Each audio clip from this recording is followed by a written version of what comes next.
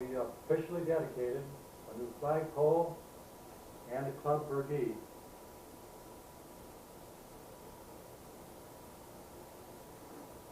Although it's July, it's a cold, windy day. Note the red flag flying. No sailing today at all. The third Midwest Regatta was also held in Zion.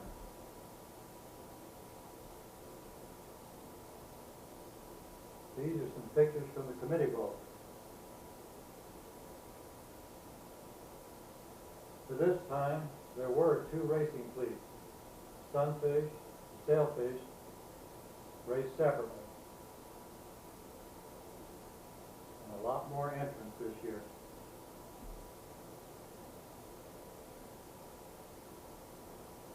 Jam cleats were not available back then, so a strong pair of jaws helped with the main sheet.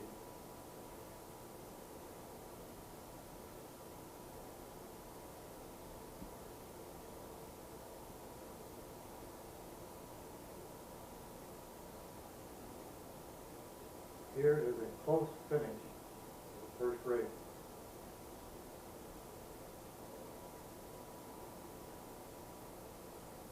And the Sailfish fleet starts off.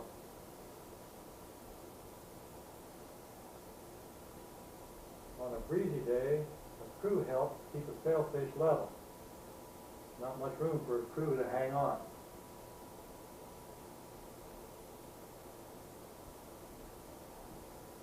Gail Ann and Margie Devlin going by the finish line.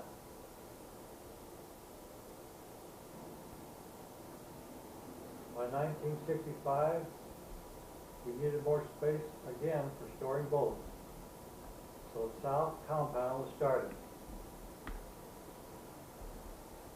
The preliminary assembly work was done in Lloyd Yeager's yard.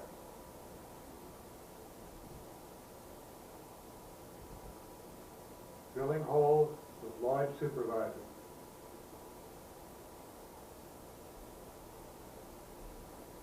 Dick Olin working with a power drill.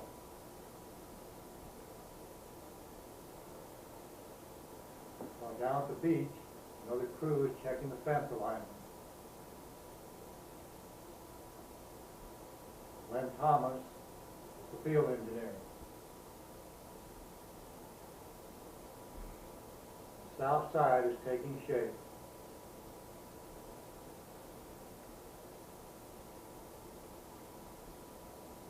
Even the youngsters are helping on the road. Bud Ditchy, Ed Freeman, taking a break.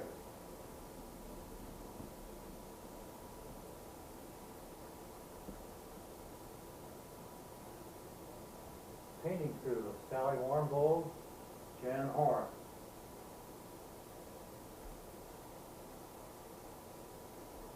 The Sunfish Nationals in 1965 were held in LBYachtClub, Michigan.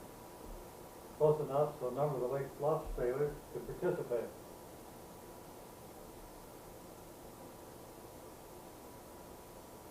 Here we are sailing out to the starting line.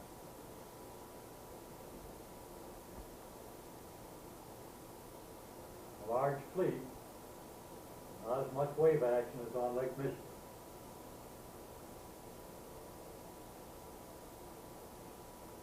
Bud Ditchy was there with his cigar.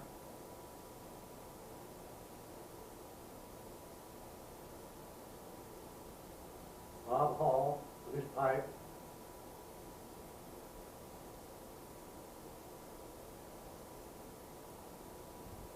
The strategy session between races, Jim Risk, teenagers Jay Risk, Pat Dolan, and Tammy Nellis.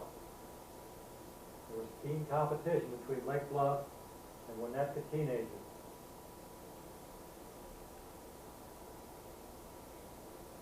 Ed Freeman taking home a prize.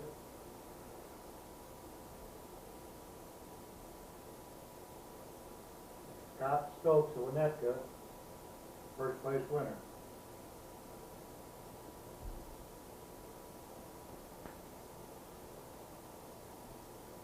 In the early days, we used permanent markers for our races. We put them out in May, and they stayed in the lake until November.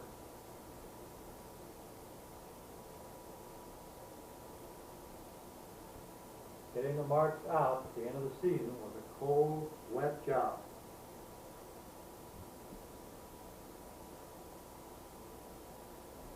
We first used oil drums with heavy chains, homemade concrete anchors.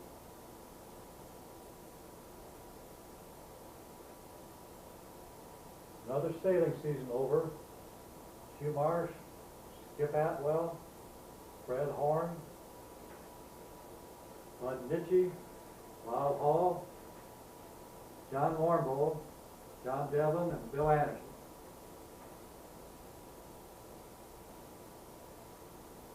In 1971, we were still using permanent markers, but with a new design.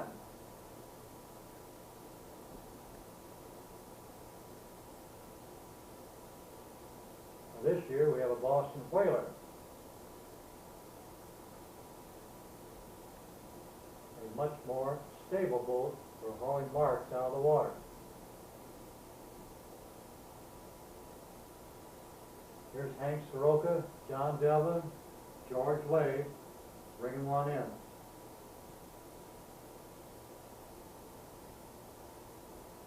The marks picked up a lot of algae sitting in the lake all summer.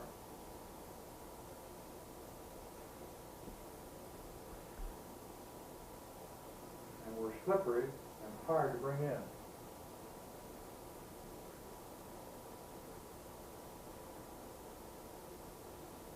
A handful for 2 people.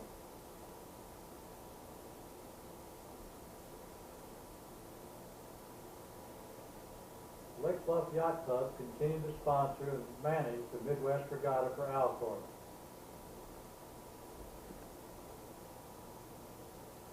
Early morning fog was a problem in 1967.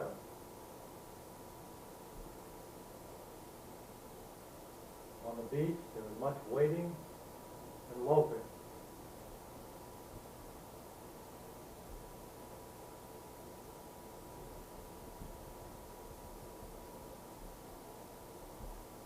Time to look at the Sunday paper. The committee boat is out on the lake somewhere with no visibility.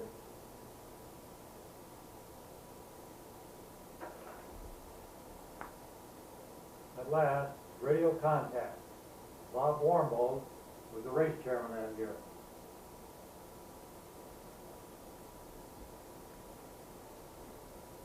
Spring work party in 1968 with Lou Reese and Jerry Horn.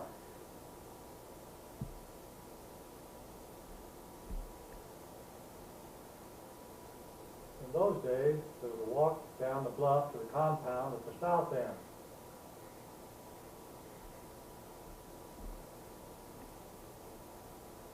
The yacht club was responsible for maintenance and repair.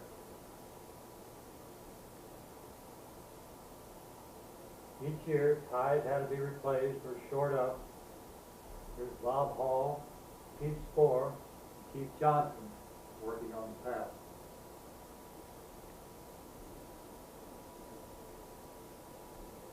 Sailing in a heavy wind was often most fun.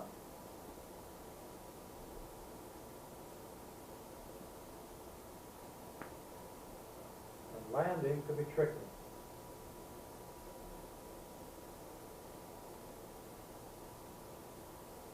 Ed Freeman having some trouble.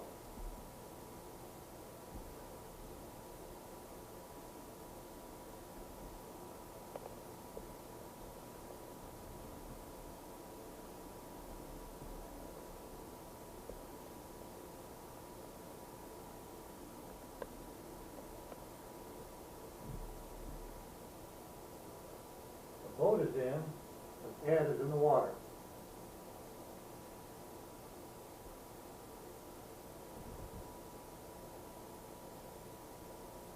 But Nitchie catches a wave and tumbles.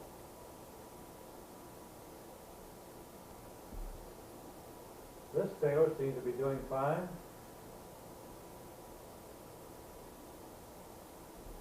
But finds a mighty wet landing.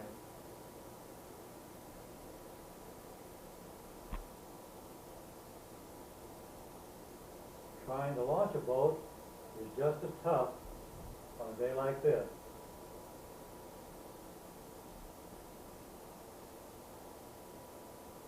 Pete Nitchie tries.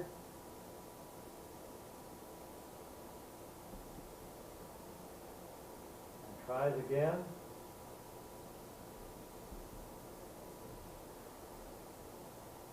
He makes one more attempt.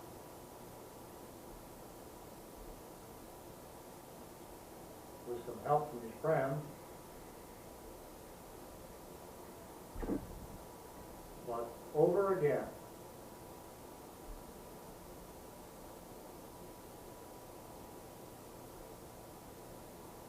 Let's quit for the day. The Lake Bluff Yacht Club was a social as well as a sailing club.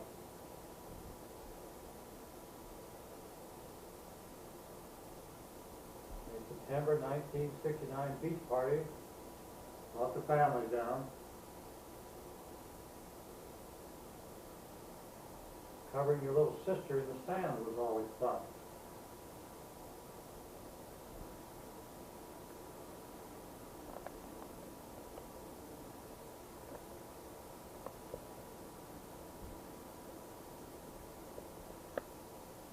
She didn't mind.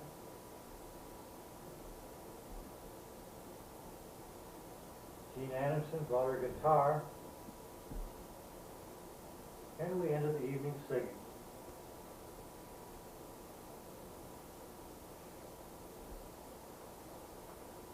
In 1973, the lake level had risen alarmingly, and severe erosion took place.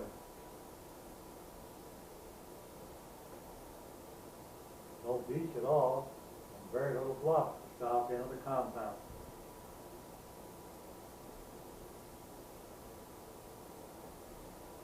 The compound suffered heavy damage.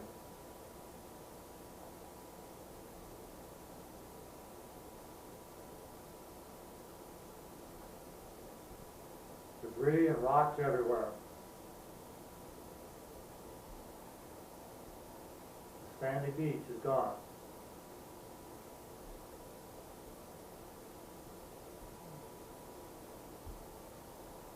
Even the old concrete pier had heavy sections dislodged.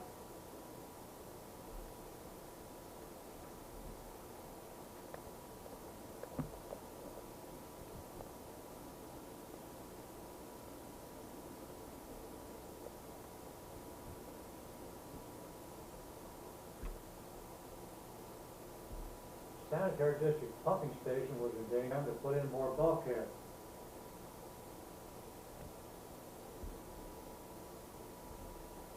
New road was built to the south of the pumping station. The old road to the north was eroded.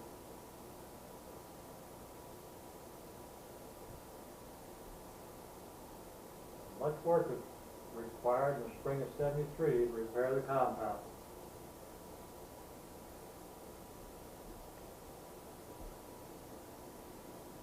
The storm had actually washed out a crater in the center of the boat storage.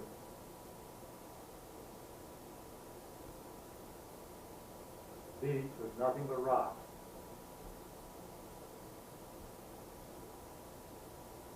Which we hauled in to fill the hole.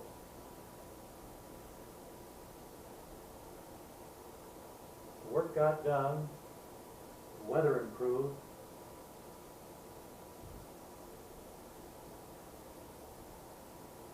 we were back to sailing.